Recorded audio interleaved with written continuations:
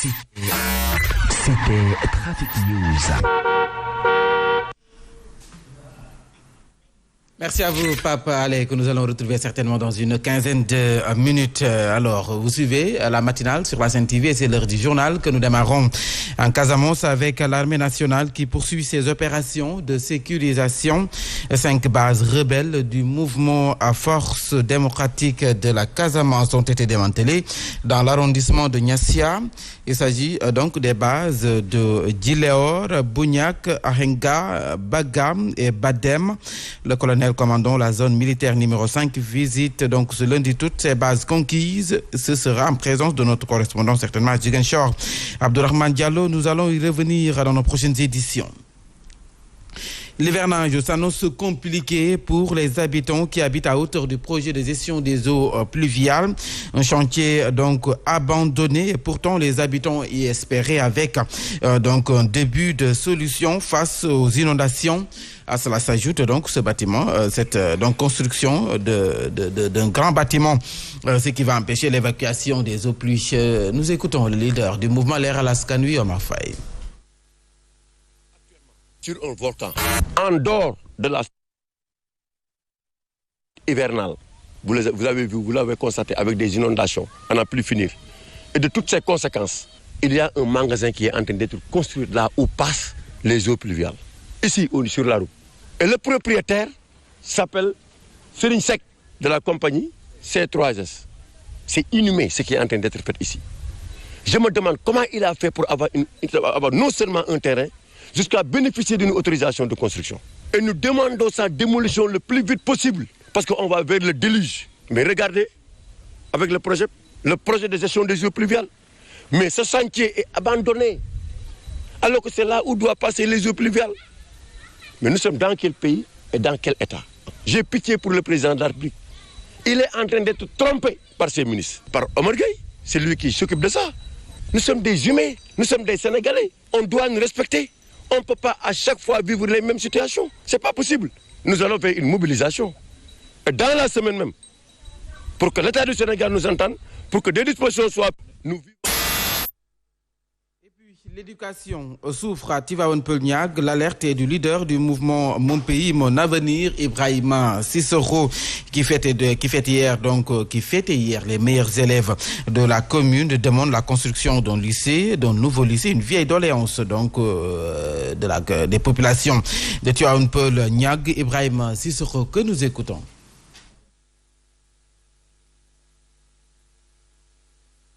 Récompenser les 125 meilleurs élèves de la commune n'est que bénéfique aujourd'hui pour non seulement la commune, les élèves, mais pour les parents eux-mêmes. On a besoin d'avoir des écoles performantes et de bonne qualité. Aujourd'hui, c'est l'occasion de réclamer le lycée de la commune de Tivaouane-Peulh-Niague. Et je pense que le lycée moderne qui est là, les jeunes ont porté le combat, ils l'ont porté partout et partout et partout. Et j'interpelle le ministère, donc l'enseignement supérieur, le ministère de l'Éducation, j'interpelle le président de la République du Sénégal pour que au moins la promesse faite à Tivaouane-Peulh soit au moins une réalité sur le terrain. Ce n'est pas évident que les jeunes aujourd'hui, si vous partez au lycée, c'est délabré pratiquement. Donc pour une population presque de plus de 102 000 habitants, c'est même inquiétant de voir quand même ces infrastructures aussi délabrées. Bref, on manque de tout aussi à Tivaouane-Peulh-Niague. Et c'est ça l'intérêt qu'il faut retenir. L'éducation nationale, parce que l'éducation... Nous parlons à présent de la mise en place des mouvements citoyens dans les différentes localités en perspective des locales. Cher Ahmadou Bamba Thioune, président du mouvement Onde Defar SICAP, n'y voit aucun inconvénient.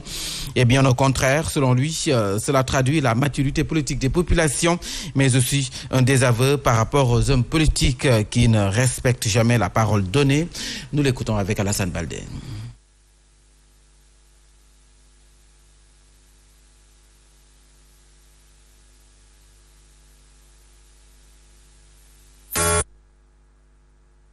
La mise en place des mouvements citoyens dans les différentes localités en perspective des locales. Cher Ahmadou Bamba Thioune, président du mouvement Onde Defar SICAP, n'y voit aucun inconvénient.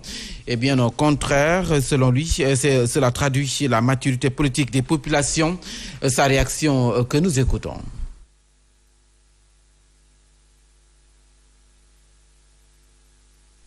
Donc récompenser les 125 meilleurs élèves de la commune n'est que bénéfique aujourd'hui pour non seulement la commune, les élèves, mais pour les parents eux-mêmes. Je disais, on a besoin d'avoir des écoles performantes et de bonne qualité.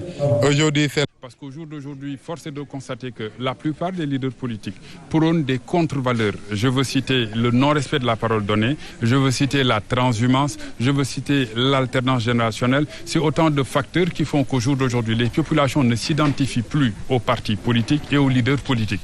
Donc c'est la principale raison qui fait qu'au jour d'aujourd'hui, les populations ont plus tendance à se regrouper dans des mouvements citoyens pour défendre eux-mêmes leur quartier, leur commune, leurs intérêts. S'allier qu'avec des mouvements ou partis qui ont les mêmes convictions que nous, qui ont les mêmes engagements que nous. Parce qu'au jour c'est un rade dans tous les secteurs de développement par le parti donc au pouvoir. Dans la commune de Djilor Saloum, les jeunes de la dite commune se sont donc constitués un mouvement politique et citoyen qui est un mouvement dénommé Rapide Sagor. Ceci dans le but de préparer les élections locales pour enfin avoir un représentant capable de changer la donne dans la commune. Suivons la réaction de Mamadou Sidibé Diouf que nous écoutons avec Alioune Badara Sonko, ou plutôt avec Alioune Kane. Et la gravité du moment, tant la localité a besoin de renouveau. La localité est un véritable sentier à bâtir. Cette prise de conscience de toutes les forces vives de la commune de Djilor Saloum aura comme résultat le développement de notre localité. La réalisation de ce projet communautaire tente à démontrer qu'il est possible de se mobiliser collectivement pour changer son environnement, son cadre de vie et plus largement contribuer aux enjeux futurs. Je vous l'annoncer dans les titres, démonstration de force à travers une réunion des jeunes leaders du mouvement Alliance nationale pour le patriotisme et la citoyenneté ANCP qui vire au meeting et retient dans ses conclusions M. Alioune Mar, maire de la commune de Rufisque-Ouest, comme candidat à la ville. Ces jeunes restent déterminés que M. Alioune Mar est le candidat idéal pour la vieille ville de Koumbalamb. Nous l'écoutons, le porte-parole. De Rufisque. Depuis les communes au départ qui étaient des communes d'arrondissement, nous avons eu à voir les quelques réalisations des maires de la ville de Rufisque. Et parmi ces réalisations-là, vraiment ça laisse à désirer. Peu gênant de présenter Rufisque. Il est temps que Rufisque puisse en tout cas prendre raison, puisse devenir conscient de la situation. Il nous faut une personne capable, personne expérimentée, mais également il faut une personne en tout cas courageuse. Avec le maire Alioune Mar, nous avons vu ses capacités intellectuelles, nous avons vu ses stratégies, ses démarches à pouvoir changer actuellement et pour toujours la face de notre chère ville qui est Rufisque.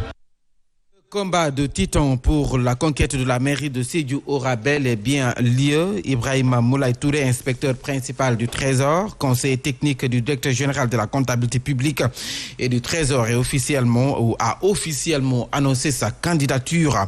Il fera face au maire sortant Abdoulaye Diop, ministre de la Culture et de la Communication, alors qu'il annonce donc se lancer sous la bannière du Parti des libéraux et démocrates d'Oumar Sarr, actuel ministre des Mines et de la Géologie. Le président du mouvement Promouvoir l'émergence à Sédhiou dit être aussi en concertation avec des partis de l'opposition. La correspondance d'Ibrahima Diallo à Sédhiou.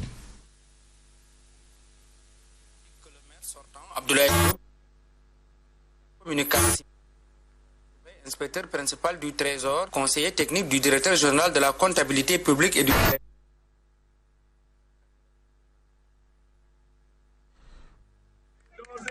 Sachez que, Inch'Allah, je serai candidat à la mairie de Sédhiou. Il faut juste des concertations avec certains pour qu'il y ait une alliance. Parce que pour nous, notre parti, c'est Sédhiou. Nous sommes en coalition avec d'autres, nous sommes en discussion avec d'autres partis, notamment le parti de Oumar Sarr, dans lequel nous avons décidé d'adhérer. Oumar Sarr, le ministre des Mines, est un homme exemplaire. Nous sommes en négociation avec d'autres partis, que ce soit de la mouvance présidentielle, que ce soit des partis de l'opposition. Eh bien, sachez que nous serons là. Cette décision de candidature a été rendue officielle par Ibrahima Moulay Touré au CEM Maneba de la commune de Sédhiou, où il était venu parrainer des combats de lutte en présence d'un public acquis à sa cause et aux côtés de l'acte de guerre venu lui prêter main forte. À présent de la reprise des activités du Parti de la Réforme, Rufisque, qui est la première étape pour les retrouvailles entre militants et responsables au niveau national. Le secrétaire général du Parti de la Réforme porte donc la réplique, ou plutôt apporte la réplique à ceux qui jettent donc le discrédit sur les tournées économiques donc tournée nationale initiée par le président de la République. Amadou Dawa Diallo invite les acteurs politiques à la retenue et aux critiques objectives aux besoins. Il demande par la même occasion à ses militants de s'impliquer davantage en vue des élections locales prévues donc en janvier 2022. Amadou Dawa Diallo, sa réaction avec Cheikh Ahmed Tidiane Seck. Militants pour préparer les élections locales à venir. On voudrait que Rufisque a été toujours devant, que Rufisque continue d'être devant, et pour cela, nous avons décidé de consacrer notre première sortie à cette ville. Le de la politique est derrière nous. Là, quand même, c'est le travail concret sur le terrain. Ce qu'est en train de faire le gouvernement du président de la République, Macky Sall. Moi, je pense donc qu'il faut aller vers ça, saluer ses performances, qu'il est en train de faire. Bon, tout en cherchant, effectivement, peut-être qu'il y a des améliorations encore à faire, il y a autre chose à faire.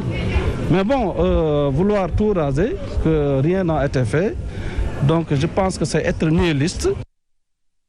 Cap sur Fatick, où l'ancien ministre Sitor Ndour et actuel PCA de la SAED défie Matar Ba à la tête de la mairie de Fatick.